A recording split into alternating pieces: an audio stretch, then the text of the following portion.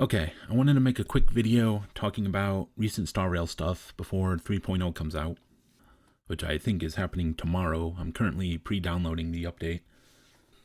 And I wanted to make this video since I didn't make a video for the 2.7 story or the 3.0 live stream. And I didn't do those because I've just been busy playing other things like this whole past month. And I didn't feel like recording Star Rail videos. So the first thing I want to talk about is the Trailblazer room. This is something I was really excited for and was hoping they were going to add to the game. And it ended up being very disappointing because it was exactly what I was worried it was going to be after seeing the 2.7 live stream. And that is just a set, static room that you just decorate with what they say you can decorate it with, and that's it. There's no real customization to it. You can't really personalize it. You can move a few little small decoration things around a few set spots, and you can change your bath water, and that's it. There's no real extensive customization here at all, which is really disappointing, because now it doesn't feel like this is a room for my character. It just feels like some quick gameplay mode I go through, I get some rewards, and then I'm done with it, and I never think about it ever again. And I also really don't like the room itself, because it's a rather large room and it's filled with all sorts of extravagant stuff. It feels completely different from all the other Astral Express members' rooms. It's much bigger. It's got way more stuff in it that just feels like excessively expensive. You know what I mean?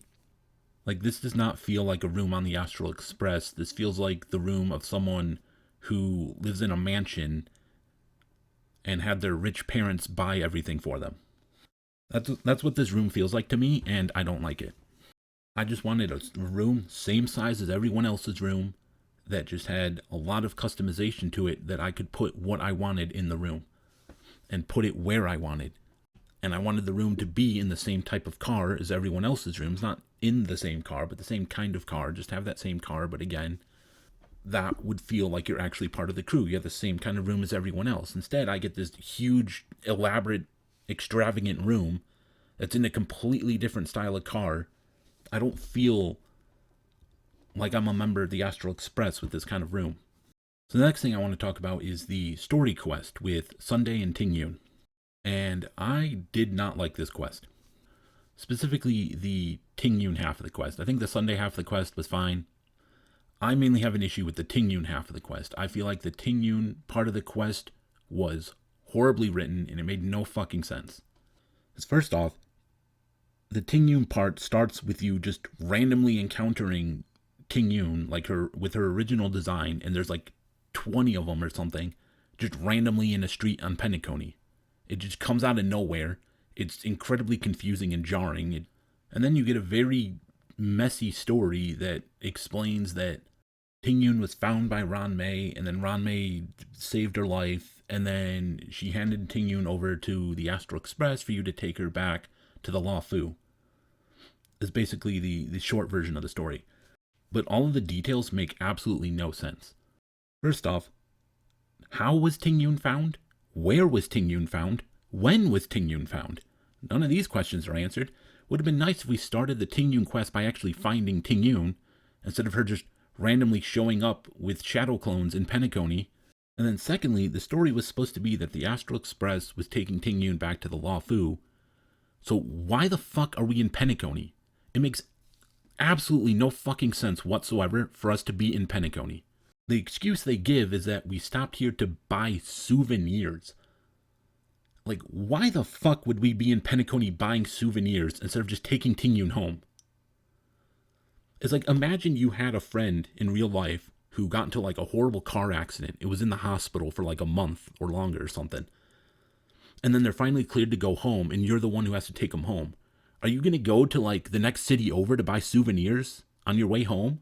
Like, fuck no, you're going to take your friend fucking home. And then the story kind of like retcons itself, and instead of us taking her home, suddenly now we're actually just meeting Yukong on Penacony, and Yukong's going to take her home, even though that wasn't said earlier in the story. Earlier in the story, they set it up that the Astral Express was the ones taking her all the way back to the Law Fu, and then towards the end of the story, suddenly they're like, never mind, Yukong's going to do that. And then there was some nonsense about how like Ting Yun decides that she doesn't want to go back because Fantilia left like marks of destruction on her or something, and somehow this is gonna give her some kind of secret weapon against Fantilia in the future. They didn't elaborate on that at all. I don't know how the fuck that makes any sense, but sure. So we end up not even taking her back to the Law Fu because she wants to stay hidden so that she like they can use her as like a surprise secret weapon. It just felt really weird. And I really would have liked it if they elaborated more on her appearance change. Like there was a brief comment about how Ting Yun saved her had something to do with her tail. I forget exactly what she said. But they could have done more with that explanation to explain why she suddenly now has like 9 tails or whatever. I also would have liked them to explain like the yellow mark she has on her shoulder.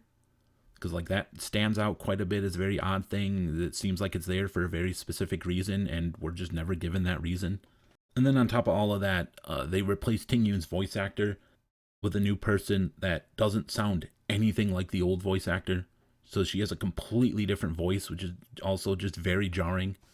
Which, like, I get if they had to replace the voice actor because the old voice actor wasn't available for whatever reason. I know there's voice actor issues going on with English on the English side of things, but it would have been nice if they had the voice actor make more of an effort to sound like the old one instead of just doing a completely new voice. Because like the Argenti voice actors, I feel like were pretty similar because they replaced Argenti's voice. And honestly, I feel like if I hadn't heard that they replaced his voice, I never even would have noticed. But with Ting Yun, it's a completely different voice, and I don't like it. Because I really like the old voice, and I have an attachment to that one.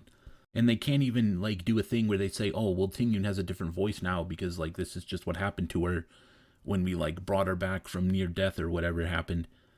Because the old 4-star Ting Yun also had her voice replaced, so you can't use an excuse like that.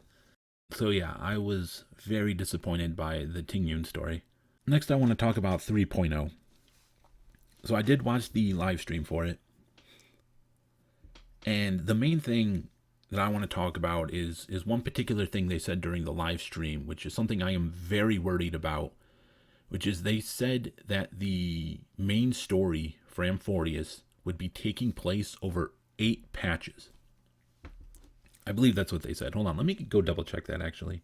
Yeah, they say the story is going to take place over 8 updates. So over the course of a full year, it's going to have longer quests and be the largest story of Star Rail so far. So all of that just sounds like one big negative to me. Because some of the biggest problems with Penacony is that its story was incredibly overbloated with unnecessary dialogue. And when you tell me the next planet's main story is going to be even bigger and longer, that just has me worried that you're going to take the problems of Penacony and make them even worse. I don't know how they're going to make a story that spans 8 patches and has has longer quests and is the biggest story of the game without it feeling like it's stretched out and just bloated with all sorts of extra dialogue and bullshit that doesn't need to be there. Given what Penacony was like, I do not have any confidence in them at all to make this story good with how they're advertising it. So yeah, that has me worried that Amphoreus is somehow going to be even worse than Penacony. And I'll say this right now, if Amphoreus is bad, if I don't enjoy it, I'm going to stop making Star Rail videos entirely. Because this will have been the 3rd main story in a row that was done poorly. Because the Lawfu was bad, Penacony was bad. If they fuck up Amphoreus as well, I'm done making Star Rail content. So when 3.0 does come out, I'm going to make a video playing it. I'm going to roll for Herta. I'm going to play the story. And at the end of the 3.0 story, I'll let you know how I'm feeling. I hope Amphoreus will be good. I certainly don't want it to be bad. But if it is bad, I'm not going to be enjoying Star Rail enough to keep making videos about it. Anyways, I think those are all the main things I wanted to talk about. There are a couple other small things I could talk about, but I wanted this to be a quick video. So until next time, I will see you later.